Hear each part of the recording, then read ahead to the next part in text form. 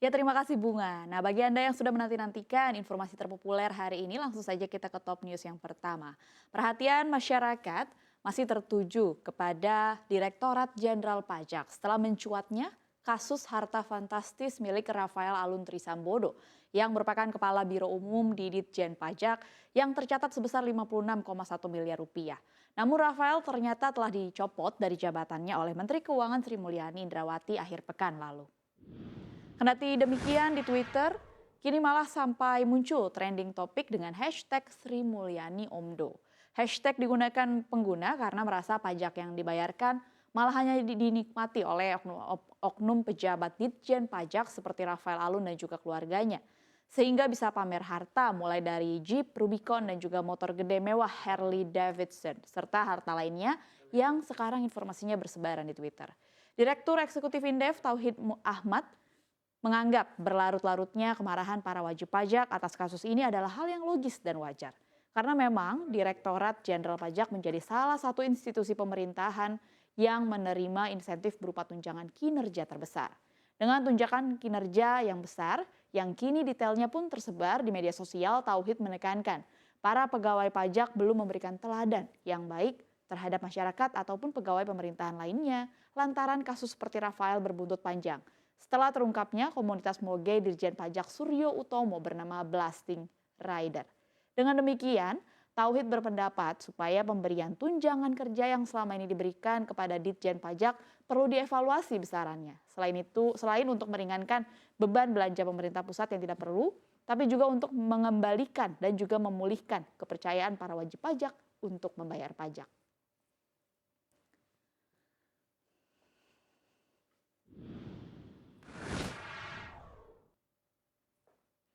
Kita beralih ke berita yang kedua di mana profesi debt collector kian tersorot usai kasus mobil seleb TikTok Clara Sinta yang diambil paksa menyeruak ke media massa. Bisnis penagihan utang ini digeluti oleh orang-orang yang tidak sembarangan. Ada beberapa orang kuat yang menguasainya.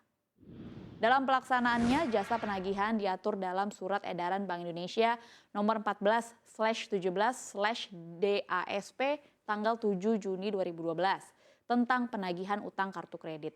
Dalam aturannya, jasa penagihan hanya boleh dilakukan oleh badan usaha tertentu, yaitu perseroan terbatas atau PT ataupun firma hukum.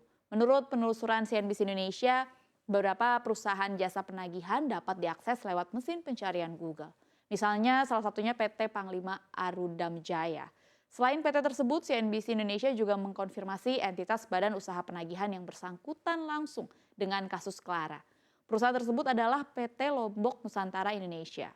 Perusahaan yang dimiliki oleh Ahmad Subandi ini merupakan perusahaan yang bertanggung jawab atas proses penarikan mobil Clara.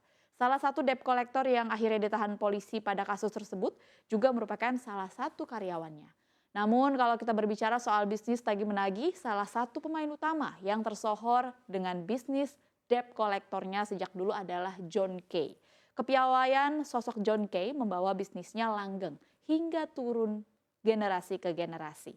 Hingga kini bisnis penagihan utang disebut masih berjalan. Sejumlah media bahkan menjuluki John Kay sebagai The Godfather Jakarta karena mampu berbisnis di bidang ini dalam kurun waktu yang sangat lama.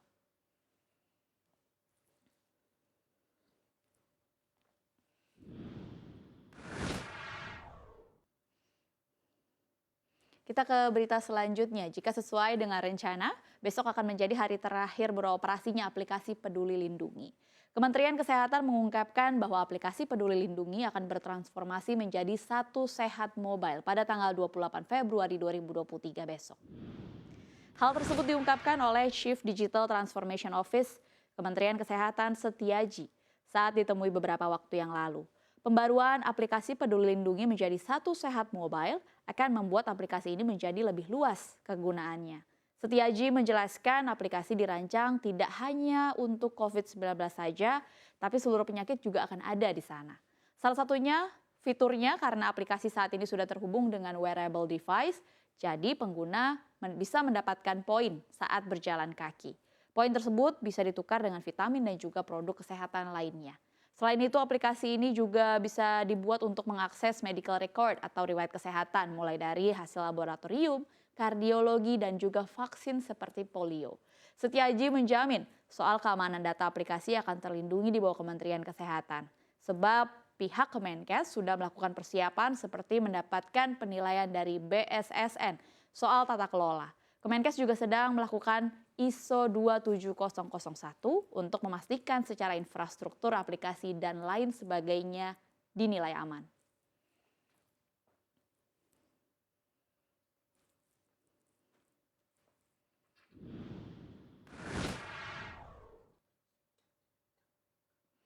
Berita yang terakhir, ini datang dari negara yang sedang berkonflik. Kondisi baru Presiden Rusia Vladimir Putin diungkap Badan Intelijen Pusat atau CIA Amerika Serikat.